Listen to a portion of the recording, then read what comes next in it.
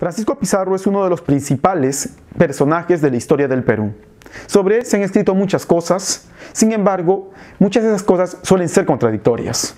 Si nos ponemos en una postura indigenista, podemos decir de él que fue el principal antihéroe del encuentro de dos grandes culturas como son la cultura andina y la cultura occidental. Y además que dio inicio a la acumulación originaria del capital a favor de los occidentales a través de la explotación colonial. Si simpatizamos con la versión hispánica, podemos decir que fue el fundador, Francisco Pizarro, de un Perú moderno y mestizo. Muchas cosas contradictorias podemos encontrar sobre el gran conquistador del Perú. Pero una de estas me ha motivado esta entrega. ¿Fue Francisco Pizarro un porquerizo? O mejor dicho, ¿fue Francisco Pizarro un criador de cerdos? Soy Mario Arias y esto es Abogando TV.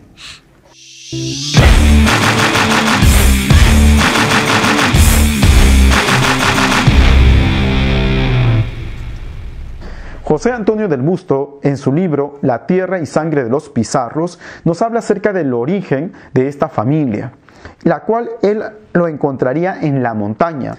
Esta región, la montaña, se caracterizaría porque se encuentran ahí muchas pizarras. Es por eso que se le conoce como un lugar rico en pizarrales y pizarras. Justamente de allí, de pizarras y pizarrales, provino el apellido Pizarro. Ya su blasón nos indica también esta relación, donde podemos encontrar dos osos rampanes que quieren alcanzar piñas de un pino, estos pisando unas pizarras. José Antonio del Busto también nos habla ya de la leyenda porcina como una cuestión así augural que se puede encontrar en el Canto del Juglar, cuando en el poema de Fernán González se dice lo siguiente: sobre todas las tierras mejor es la montaña, de vacas e ovejas non aterra tamaná, tantos hay de puercos que es fiera fazanra. Hasta aquí no se ha dicho nada acerca de la leyenda porqueriza de Pizarro, ya que Francisco Pizarro nació en Trujillo de Extremadura. Su madre fue una humilde mujer llamada Francisca Mateos la Ropera. Se le llamaba la Ropera porque su familia eran unos labradores que tenían por costumbre, ¿no?, para mejorar su economía, vender en ciertas ocasiones ropa usada. Francisca la Ropera va a ser también empleada, ¿no?, sirviente de Beatriz Pizarro de Hinojosa, esta tía de Gonzalo Pizarro y Rodríguez de Aguilar. Es así que Francisca Mateos y Gonzalo Pizarro y Rodríguez de Aguilar tendrán contacto y engendrarán al futuro conquistador. Tenemos entonces pues que Francisco Pizarro habría nacido bastardo, pero según la ley de hidalguía, esta condición se transfiere a través del varón y no de la mujer. Por eso tenemos que, siendo que Francisco Pizarro tuvo una madre plebeya, él nació hidalgo a razón de su progenitor. Pero el niño vivió como labrador, ¿no? Así tenemos que Edwin Greenwich en su Pizarro, Francisco Pizarro, Evidencias históricas y bioarqueológicas, nos dice sobre la niñez del conquistador lo siguiente: el futuro conquistador la vida del futuro conquistador estaría marcada por las desventuras de su condición, teniendo que vivir con muchas privaciones, sin posibilidades de acceder a una adecuada educación, razón por la cual creció analfabeto. Justamente de esta condición de analfabeto vamos a ver que Pizarro siempre se avergonzará. Agrega Greenwich lo siguiente: durante su infancia, Pizarro nunca fue reconocido por la familia paterna, quienes ostentaban una posición privilegiada en la sociedad extremeña, de modo que su niñez fue muy pobre al lado de los parientes de la madre, en medio de labradores, dedicándose seguramente a ese oficio.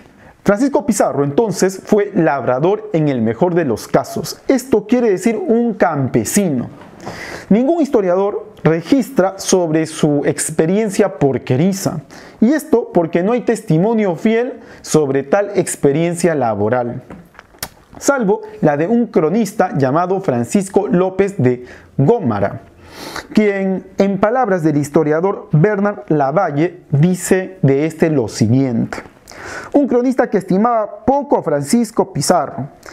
Francisco López de Gómara, siempre ocupado a exaltar la figura de su patrón Hernán Cortés, propenso a rebajar la de otros conquistadores, susceptible de hacerle alguna sombra al vencedor de Tenochtitlán, propagó sobre la juventud del primero aquello que es dable llamar una leyenda que resistió el tiempo. Por su parte, Porras nos informa sobre la animadversión que se tenía en contra de Francisco Pizarro.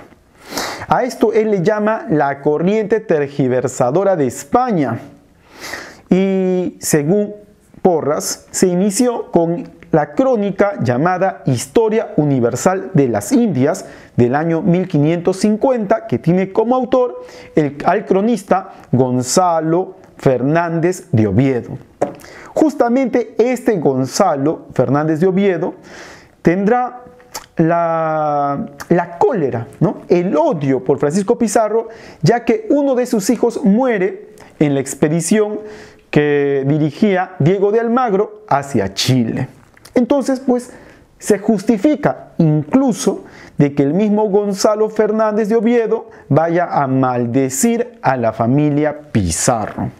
Pero Raúl Porras Barrenechea nos dice que la leyenda negra del conquistador la cimentó Gómara. Y esto porque él tenía como objetivo denigrar al conquistador del Perú para exaltar al conquistador de México. Es así que Gómara inicia la leyenda del criador de puercos, que nadie dijo antes y que muchos repitieron después. Esto según Porras. Pero ¿qué es lo que dijo Gómara? Este dijo medias verdades y muchas mentiras. Así dijo que Francisco Pizarro fue hijo de Gonzalo Pizarro, capitán de Navarra, que nació en Trujillo y que le echaron a la puerta de una iglesia donde fue amamantado por una puerca a raíz de que no había nadie quien quiera darle leche. Para Del Busto, Gómara no dice calumnias, sino lo que hace es difamar. Y esto porque Gómara, si bien dice algunas falsedades, lo que mejor hace es entretejer verdades y falsedades para menoscabar la imagen de Francisco Pizarro. Así pues, dijo algunas verdades, ¿no? Que nació en Trujillo de Extremadura, que su padre era Gonzalo Pizarro, pero dice mentiras que son hasta estúpidas, porque no se puede creer que un recién nacido pueda sobrevivir lactando las ubres de una puerca. Por otra parte estaría la idea metafórica, o sea que Gómara estaría refiriéndose a Francisca Mateo, o sea, la madre de Francisco Pizarro, como si fuera una marrana, esto es, una judía. Pero se sabe a ciencia cierta, y por eso esto es un refrito, que dicha mujer fue cristiana vieja, esto es, o vale decir, española sin sangre hebrea, ¿no? O cristiana sin sangre hebrea. Es más, para Del Busto no fue Gómara quien inició esta leyenda, sino que más bien él fue su principal difusor. Un dato curioso, por cierto, es que en la iglesia donde supuestamente fue echado el conquistador, cuando era un recién nacido, se encuentra en su puerta de la epístola de Santa María la Mayor, esta es la iglesia, un alto relieve de una cerda, ¿no? O sea que nos motiva a seguir acrecentando la imaginación. Por otra parte, Gómora no se queda chico, sino que sigue inventando, ¿no? Sigue difamando a Pizarro cuando dice que este fue un criador de puercos de la piara de su padre y que además fue un mal criador de puercos.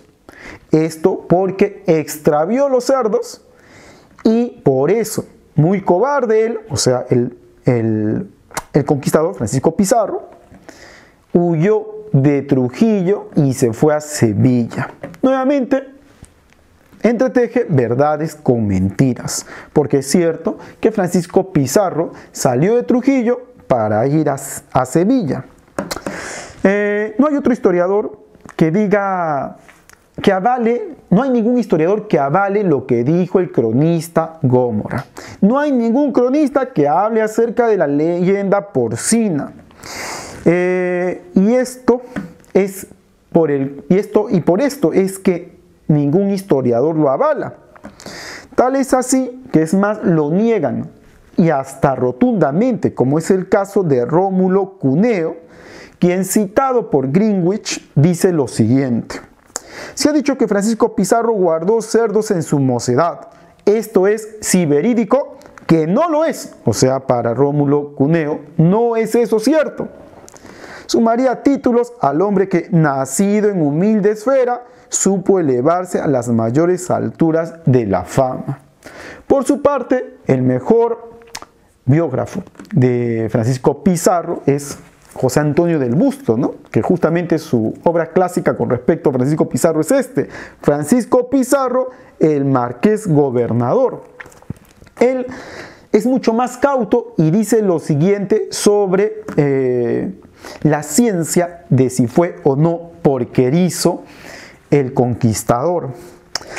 Se descubre mala intención en la noticia, pero lo cierto es que su presunta ocupación de guardador de piaras no se puede probar ni refutar.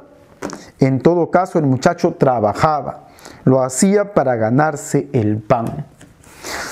Entonces, ante la pregunta de que si Pizarro fue porquerizo, sí o no, es que a ciencia cierta no se sabe.